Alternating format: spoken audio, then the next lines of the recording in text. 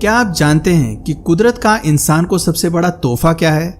आखिर वो क्या चीज है जिसने इंसान को इस हद तक इवॉल्व कर दिया कि आज वो हर हालत में सरवाइव करना जानता है? ये तोहफा है आग का। आज भी माना जाता है कि मॉडर्न ह्यूमन की शुरुआत तब हुई जब इंसान आग जलाना सीख पाया।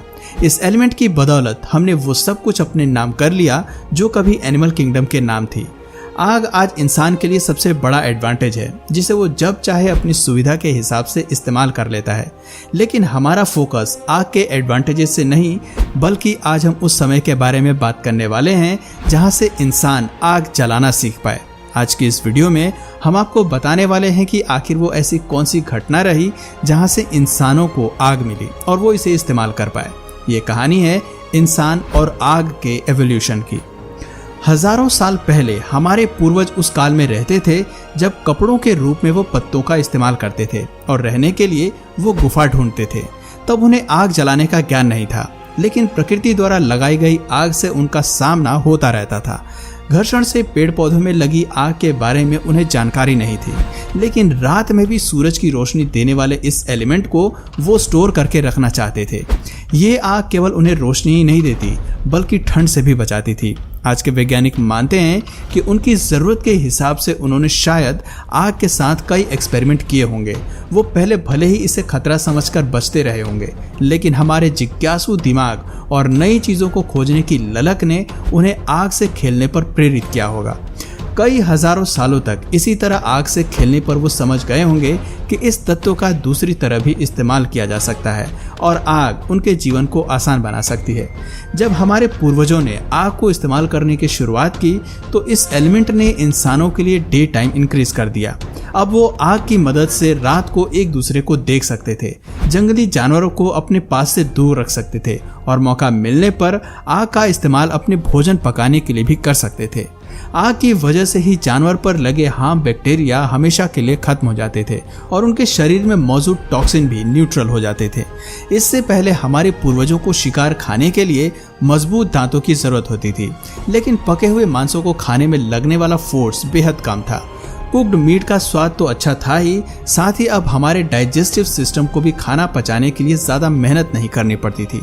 पके हुए मीट को खाने से शरीर में कार्बोहाइड्रेट की मात्रा भी बढ़ी, जिससे दिमाग में कुछ जरूरी बदलाव हुए। दरअसल इसके प्रभाव से हमारे दिमाग ने बढ़ना शुरू किया। इतिहास बताता है कि आग की खोज ने पूर्वजों को ग्रुप में रहना सिखाया। ग्रुप में रहकर अब वो ज्यादा रिसोर्सेज का इस्तेमाल कर पाए। शिकार को पाने के लिए अब उनके पास ज्यादा संख्या थे और इसी की बदौलत वो आसानी से जंगल में बड़े से बड़े शिकार को पकड़ सकते थे। आग ने हमारे पूर्वजों को साथ में जोड़ा, उनके बीच एक बॉन्ड बनाया और एक दूसरे की भावनाओं से जुड़ने का भी मौका दिया। अब वो आग के सामने बैठकर एक दूसरे से बातें कर सकते थे और कनेक्ट हो सकते थे। खैर, ये तो रही आग के साथ जुड़ी हुई हमारी एवोल्यूशन की कहानी, जो हमें इंसान और आग के बीच के कनेक्शन से रूबरू कराती है। अब बात करते हैं आगे की एवोल्यूशन की। चलिए इसके पीछे के विज्ञान को जानते हैं और जानते हैं कि एग्जैक्टली कब हमने आग जलाना शुरू किया। 1980 के वैज्ञानिकों ने सबसे पहले आग के एंशिएंट निशानों के ढूंढने की कहानी शुरू की थी। उन्हें कई साइट्स पर बेक्ड मिट्टी और जलने के निशान मिले थे जो कि 1.6 मिलियन साल पुराने थे। इसके साथ उस साइट पर हमें आग जलाने वाले पत्थर के साथ होमिनिनी के जबड़ों के फॉसिल भी मिले। ये निशान इस बात की ओर इशारा करते थे कि होमिनिनी आग जलाना सीख गए थे या फिर वो प्रकृति द्वारा लगाई गई आग का इस्तेमाल जरूर करते थे। ऐसी आग अक्सर फ्रिक्शन या फिर लाइटिंग स्ट्राइक से पैदा होती थी और ये उसी का सहारा लेकर जंगल में सरवाइव करने लगे थे। कुछ खोज हमें ये बताती है कि एक बात तो साफ थी कि होमिनिनी को आग का ज्ञान था। हमें एक जैसी जली हुई लकड़ियां कई अलग अलग साइट से बरामद होती हैं। वैज्ञानिक मानते हैं कि आग की खोज एवोल्यूशन में वो बदलाव था जिसके चलते हमारे पूर्वज पूरी दुनिया में फैल गए थे। एक बार जब वो आग जलाना जान गए थे तो उन्होंने अलग अलग वातावरण में यात्रा करना शुरू किया और इसी आग ने इस सफर में उनका बहुत साथ निभाया। हालांकि हमें लगता है कि होमिनिड्स वो पहले पूर्वज थे जिन्होंने आग जलाना सीखा, लेकिन आज भी हम ये नहीं जानते कि हमारे पूर्वजों ने कब असल में पहली बार आग जलाई। ऐसा इसलिए क्योंकि आग के इतिहास को जानना आसान नहीं है। एक बार को फॉसिल्स की मदद से आप पुराने पत्थरों और हैबिटेट का पता लगा सकते हैं, लेकिन सबसे पुरानी आग का पता लगा पाना बहुत मुश्किल है, क्योंकि आग से बनी राख आसानी से हवा में उड़ जाती है और बारिश और पानी के चलते सभी निशान गायब हो जाते हैं। ये वजह है कि आग के एवोल्यूशन को बेहतर ढंग से जानने के लिए वैज्ञानिक इंसान के व्यवहार और शारीरिक बदलाव को अध्ययन करते हैं। उनका मानना है कि आग के अस्तित्व ने इंसान के व्यवहार को काफी हद तक बदल दिया था। एक्सपर्ट्स होमिनिड्स में आए बारीक बदलाव को ढूंढने की कोशिश करते हैं तो उन्हें ये बदलाव होमो इरेक्टस में भी मिलते हैं। स्टडी बताती है कि उस समय के होमो इरेक्टस का डाइजेशन बेहतर था, उनके शरीर में एक्स्ट्रा चर्बी थी। ये इस बात के सबूत हैं कि हमारे ये पूर्वज कुक्ड फूड्स खाने लगे थे और अपने शरीर को गर्म रखने के लिए आग का भी इस्तेमाल करना जान गए थे।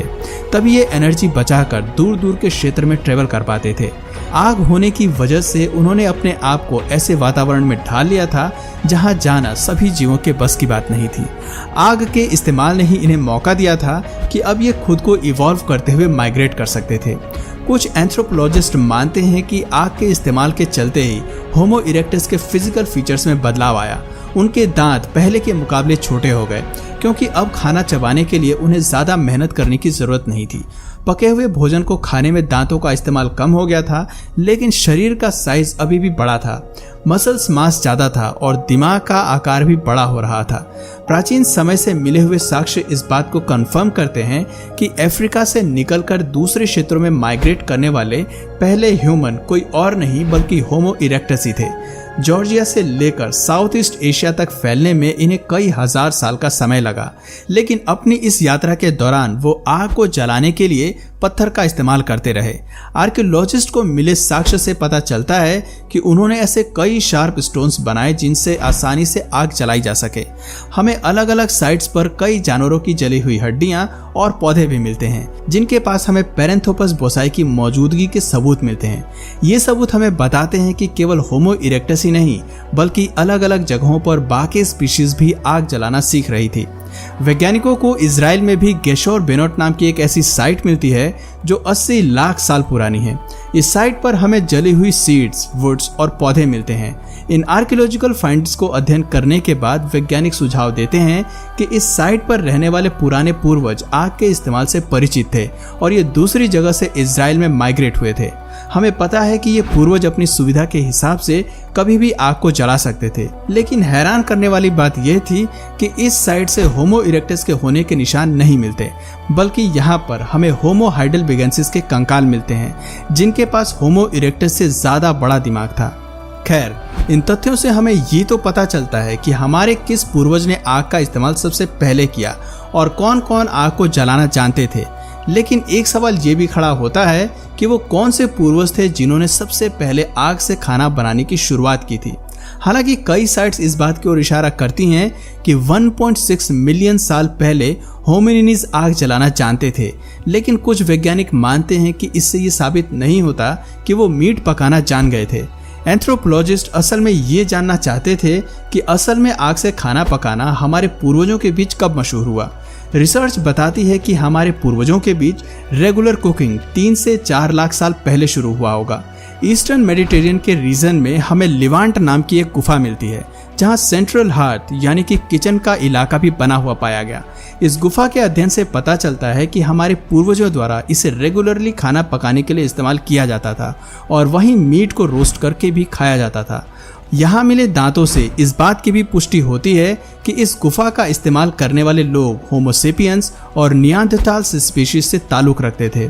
यहाँ मिली जली हुई हड्डियों से तो एक बात साफ होती है कि अलग अलग जगह पर अलग अलग स्पीशीज रेगुलरली खाना बनाना शुरू कर चुके थे।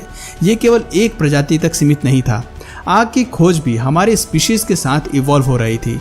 पहले जो प्रजाति इसका इस्तेमाल केवल अंधेरा मिटाने के लिए करती थी, उसी ने इसे भोजन के इस्तेमाल करने का रास्ता भी ढूंढ लिया था और इसी के साथ इन्हें खुद को बदलना भी आ गया था। तो दोस्तों, आज की वीडियो में बस इतना ही। आपको ये टॉपिक कैसा लगा कमेंट करके ज़रूर बताइए, और अगर आपको प्री हिस्टोरिक रिसर्च पर और भी वीडियो चाहिए तो आप कमेंट में पार्ट 2 ज़रूर लिखिए। और हाँ, अगर ये वीडियो आपको पसंद आया या फिर इंटरेस्टिंग लगा या फिर कुछ नया जानने या सीखने को मिला तो प्लीज़ इस वीडियो को एक लाइक करके अपने फ्रेंड्स और फैमिली में से ज़रूर शेयर करें। और यदि आप इस चैनल पर नए हैं तो प्लीज़ इस चैनल को सब्सक्राइब करके बेल नोटिफिकेशन आइकन को ऑन कर लीजिए ताकि हमारे आने वाले वीडियोज़ आप मिस ना करें। मिलते हैं फिर किसी वीडियो में नए टॉपिक के साथ, तब तक के लिए नमस्कार।